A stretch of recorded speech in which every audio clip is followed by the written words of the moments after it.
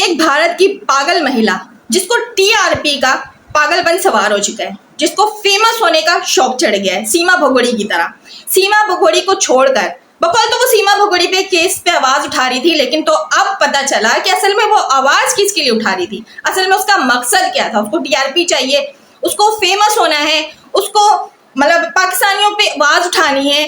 Famous नहीं हो पा रही है ना, उसकी निशानी बताती है। एक तो देखने में वो भैंस जैसी है, ठीक है, पूरे भारत में वो दौड़े लगा रही है, उसके पीछे पागल खाने के लोग जो है वो पकड़ते फिर रहे, लेकिन ये हाथ नहीं आ रही है, लेकिन हाथ आ जाएगी किसी दिन। उसकी मैं निशानी बताती हूँ कि कहीं पे निगाह कहीं पे निशाना, इस तरह की उसकी पहचान है। अगर आप लोगों को मिले तो उसे पागल खाने पहुंचा दीजिएगा, क्योंकि वो हर किसी की तस्वीर उठाकर लगा लेती है, यूज कर लेती है, वीडियो यूज कर लेती है और सोचती है कि मैं बहुत बड़ा तीर मार रही हूँ। टीआरपी के लिए वो सारे काम कर रही है और दूसरों को कहती है मुझे टीआरपी की जरूरत नहीं है। प्ले बटन दिखा के समझिए कि सिर्फ प्ले बटन उसके ही पास है और उसने ही देखे हैं, दुनिया में किसी ने प्ले बटन देखा ही नहीं है। मतलब इतनी ज्यादा पागल है, जेलसी में इतनी ज्यादा मर रही है कि वो ये नहीं सोच रही कि वो कर क्या रही है। अपनी इमेज इतनी बिगाड़ चुकी है। देख, हमारा कुछ नहीं जाएगा, हम पाकिस्तानियों को कुछ नहीं तो बिगाड़ सकती, बिगाड़ तो अपना रही है, अपनी इमेज खराब करिए, हमारा कुछ नहीं जा रहा है तो करती रह, तू लगी रही। तू हमारी डिप जितनी लगा सकती लगा, जितनी वीडियोस यूज कर सकती है कर, बाद में तुझे ये सारे रिमूव करने पड़ेंगे तो कर। हम चाहते हैं तू ज्यादा से ज्यादा यूज कर, बाद में तुझे इसकी सजा मिलेगी तो फिर मत कहना कि हमने कुछ कहा नहीं था। तो पागल हो चुकी है, तो पागल का कोई इलाज नहीं है, पागल का इलाज है पागल खाना, जो तू एक ना एक दिन चली जाएगी, हमें कोई फर्क नहीं पड़ता। तू अपनी तरफ से आवाज उठा पाकिस्तानियों के लिए, ये सीमा का नाम लेके दुकान चलाने की कोशिश बंद कर। अब तेरी ये दुकान नहीं चलने वाली, बोलती रहे हमारे नाम का खा तू, अब तेरी यही औकात है, तू खा। हम जो काम करने यहाँ आए हैं हम वो काम करेंगे, तेरी तरह नहीं। दो कश्ती पे सवार, इसको छोड़ दिया तो उसको पकड़ लिया, उसको छोड़ दिया तो उसको पकड़ लिया। हैदर भाई के नाम पे रोटी खा रही है, क्यों भारत में तुझे रोटी नहीं मिल रही थी? कोई कंटेंट नहीं है तेरे पास, खत्म हो गया है। तेरे इंडिया में जो वो डॉक्टर का रेप हुआ उस पर बात करना, नहीं करेगी। चमचागिरी छोड़ दे, रहने तुझे वहां भी नहीं दिया जाएगा। चमचागिरी छोड़ दे, औकात पता है। अगर मेरा मुंह खुलेगा तो बात बहुत दूर तक चली जाएगी, इसलिए ना हल्की रहे, थोड़ा हल्की रहेगी, तेरी ही बेहतरी में, तू ही फायदे में रहेगी, हमारा कुछ नहीं जाएगा, हमारा कोई कुछ नहीं बिगाड़ सकता, क्योंकि हम गलत नहीं है।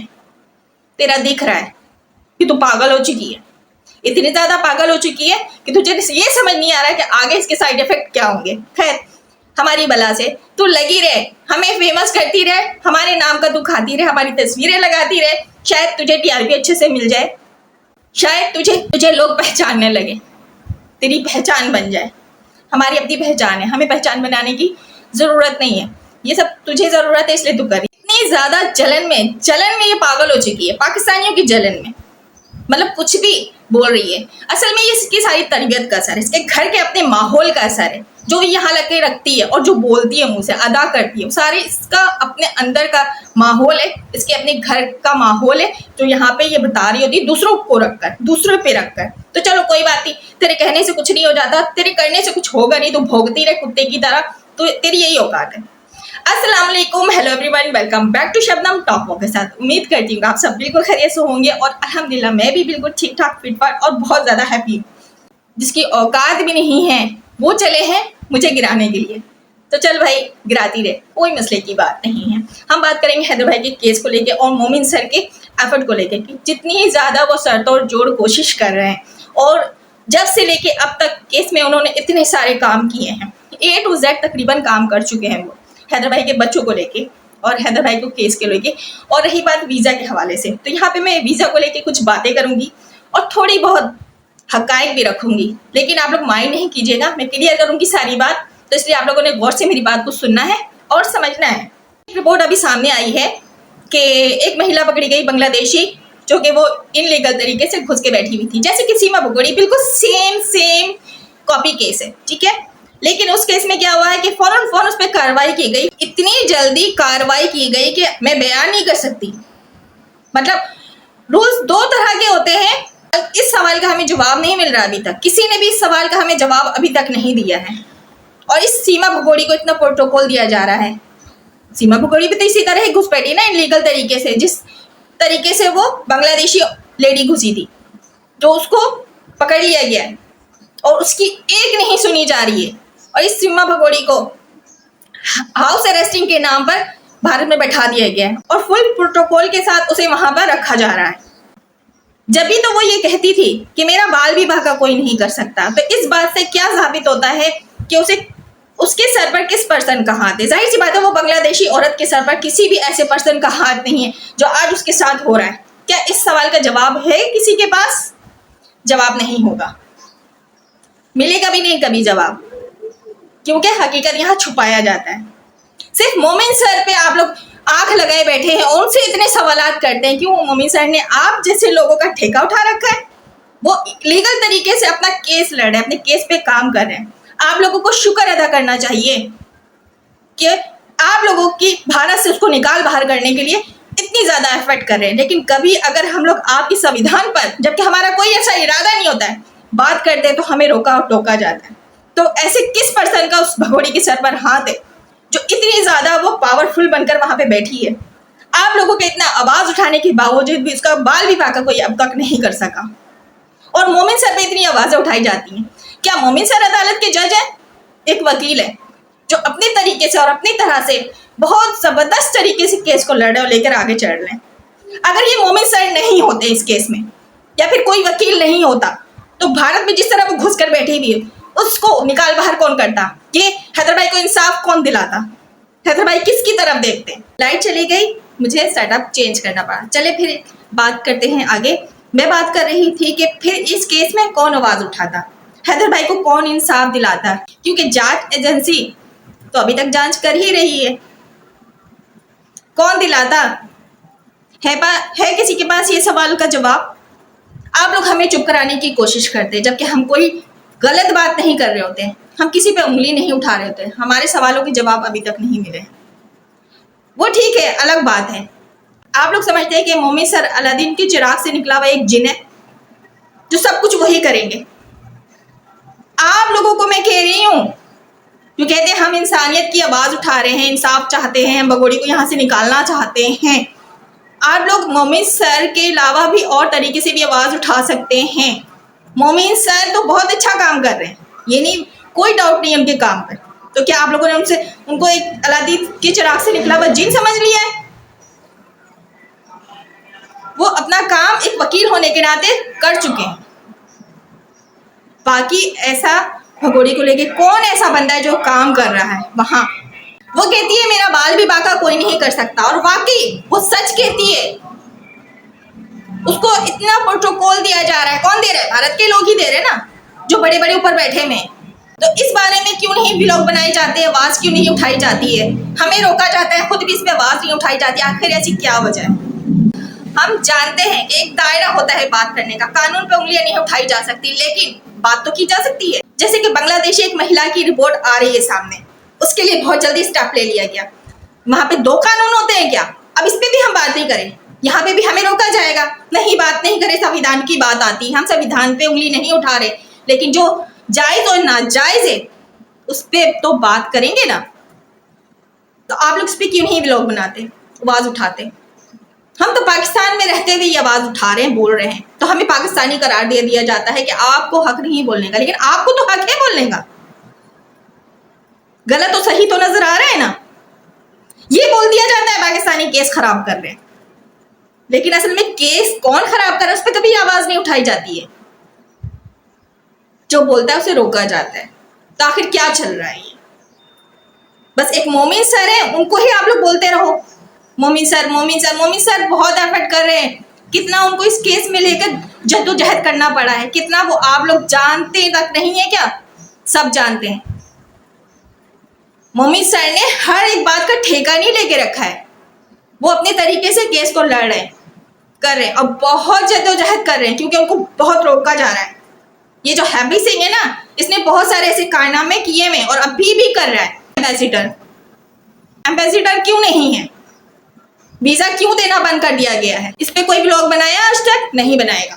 एम्बेसडर ही नहीं है, गायब है, वीजा तो प्रोवाइड किया ही नहीं जा रहा है किसी को। बात असल में केस चल रहा है हैदर भाई का, तो गायब कर दिया गया। हकीकत बयान कर रही हूं। और इसमें किसका हाथ है? कौन करवा सकता है ये? जबकि अदालत ने वहां पर गुलाम हैदर को बुलवाया है। अब जब एम्बेसडर ही नहीं रहेगा तो गुलाम हैदर कैसे जाएगा भारत? और बहुत जल्दी हैदर भाई को वैसे भी बच्चे मिलने वाले हैं, सीमा भगोड़ी डिपोर्ट कर दी जाएगी, क्योंकि हो सकता है गुलाम हैदर भारत पहुंचे ही नहीं। और जो मोमिन सर ने केस किया हुआ है, उस केस के हवाले से मैं बात करूंगी। हो सकता है भगोड़ी को और बच्चों को डिपोर्ट कर दिया जाए, ये भी मुमकिन है। तो मतलब कुछ भी, इसे डिपोर्ट तो बहुत पहले कर देना चाहिए था। इसे हाउस अरेस्ट में तो रखना ही नहीं चाहिए था। जिस तरह इस बंगाली महिला को फौरन डिपोर्ट करने की तैयारी कर दी गई है, वहां रहने की इजाजत नहीं है, तो सीमा भगोड़ी के साथ भी इसी तरह ही करना चाहिए था। लेकिन नहीं, सीमा भगोड़ी तो कोई आम महिला है नहीं ना। आखिर जो वहां जाके ये बैठी है, इसी प्लान के तहत ही जाकर बैठी है ना, तो उसी प्लान के तहत इसे सपोर्ट किया जा रहा है। सपोर्ट करने वाले कोई पाकिस्तानी नहीं है, वो जहां बैठी वहां के लोगों से सपोर्ट कर रहे हैं। और सपोर्ट करने की वजह आज अगर आप लोगों के सामने आ ही जाएगी। मैं कहती हूँ फजूल बातों से हटिए, काम की बातें करिए। केस पे आवाज उठाना है तो सही से उठाइए, तरीके से उठाइए और सच बात यहाँ लाकर रखिए, दबाने की कोशिश नहीं करिए। हम संविधान पे बात ही नहीं करते, लेकिन सच्चाई पे जरूर बात करना चाहते हैं, तो आप भी सच पे बात कीजिए ना। आप लोग तो ज्यादा अच्छे से आवाज उठा सकते हैं जहां पर केस है, जहां पर वो महिला भगोड़ी बैठी हुई है, आप लोगों के सर पे तांडव कर रही है। लेकिन आवाज तो उठाना है आप लोगों को किसी और टॉपिक पे। खैर, उठाते रहो किसी और टॉपिक पे। हकीकत खुल खुल कर सामने आ चुकी है। सच्चाई को छुपा नहीं सकते, सच का मुंह बंद नहीं कर सकते। कब तक करोगे? सारी चीजें खुल के सामने आ चुकी हैं। बात यह है कि भगोड़ी के सर पर किसका हाथ है वो भी खुलकर सामने आ रहा है। सपोर्ट उसको कौन कर रहा है ये भी खुलकर सामने आ रहा है। अगर हम यहाँ पे मुंह खोल देंगे तो फिर बात कहीं और चली जाएगी। लेकिन ये सच्चाई आप लोग बहुत अच्छी तरह से जानते हैं। क्यों आप लोग क्यों नहीं आवाज उठाते? इस पे बात करें, ब्लॉग्स बनाएं। आप लोग आवाज उठाएंगे तो शायद आपकी आवाज सुनी जाएगी। उसका बाल भी बाका कोई नहीं कर सका आज तक। मजे की बात है, आखिर इसमें है क्या ऐसा? उसने शुरू में ही ये बात कह दी थी, बहुत ऐसे अल्फाज कहे थे। अगर आप पिछले के सारी इसकी वीडियोस निकाल कर सुनेंगे ना तो आप सब और ज्यादा हैरान हो जाएंगे कि उसने जो बातें की थी वो सब सच साबित हुई हैं। मैं यहाँ पे मोमिन सर के एफर्ट पे उंगली नहीं उठा रही हूँ, उन्होंने बहुत अच्छा काम किया है और अभी तक कर रहे हैं। उनके काम पे हमें भरोसा भी है, लेकिन बख्शते मोमिन सर को आप लोग। जिस तरह आप लोग मोमिन सर पे लगे रहते, पीछे पड़े रहते, इसी तरह अगर आप लोग किसी और के पीछे पड़े ना तो शायद इंसाफ मिल जाए आप लोगों को और भगोड़ी को उठाकर फेंक दिया जाए पाकिस्तान और 4 बच्चों को फौरन दे दिया जाए। गुलाम हैदर भाई का इंतजार ना किया जाए। ये सब एक ड्रामा है, क्योंकि गुलाम हैदर भाई को वीजा मिलने वाला नहीं है। हमें नहीं लगता। अगर ऐसा हो जाए तो बहुत बड़ी एक ब्रेकिंग न्यूज होगी, क्योंकि ऐसा कुछ नजर नहीं आ रहा। जब एम्बेसडर ही नहीं है तो वीजा कौन देगा? वीजा देना ही बंद कर दिया गया। तो किसके कहने पे ये एम्बेसडर गायब हुआ है? किसके कहने पे वीजा देना बंद कराया गया है? जबकि ये केस हाई प्रोफाइल है, उसके बावजूद ये सारे निजाम वहां चल रहे हैं। लेकिन एक बांग्लादेशी महिला के साथ बहुत अच्छे से काम होता है। ऐसा कानून काम कर रहा है कि क्या बताऊं, बस हम देखते ही रह गए। ये है, अब आप लोग हमें चुप कराएं, हकीकत सामने रख दी है। लिहाजा मोमिन सर को और प्रेशर में आप लोग ना लाएं तो बेहतर है। मोमिन सर अपने वकील होने के नाते बहुत अच्छे से काम कर रहे हैं और टॉपिक्स भी है इसी केस को लेके बात करने के लिए। उस पर आप लोग क्यों नहीं बात करते? हमें भी चुप कराते हैं, खुद भी बात करने मना करते हैं। लेकिन जो जायज बात है उस पर तो आप लोग बात कर सकते हैं, ब्लॉग बना सकते हैं। आखिर किसको इसका सपोर्ट है वो बात तो यहाँ रख सकते हैं आप सब। किस मिशन से ये वहां गई है वो तो रिपोर्ट ला सकते हैं आप लोग। अब हम कहेंगे तो कहेंगे कि आप पाकिस्तानियों को रिपोर्ट मिल जाती, हमें तो नहीं मिलती। आपको भी मिलती, लेकिन आप लोग छुपा जाते, आप लोग बताते नहीं, इस बारे में बात करना नहीं चाहते, तो इसलिए बात नहीं करते हो। हम रिपोर्ट रखे तो हमें झूठा साबित किया जाता है कि हम पाकिस्तानी हैं। हमें इंडिया पाकिस्तान नहीं करना, हमें यहाँ पे इंसानियत पे बात करनी है, इंसाफ चाहिए। भगोड़ी को वहां रखना है, तुम लोग रखो, बच्चों को डिपोर्ट करा दो, बस सिंपल सी बात है। इस केस को इतना लंबा खींचने की कोई जरूरत ही नहीं थी। कुछ समझ नहीं आ रहा।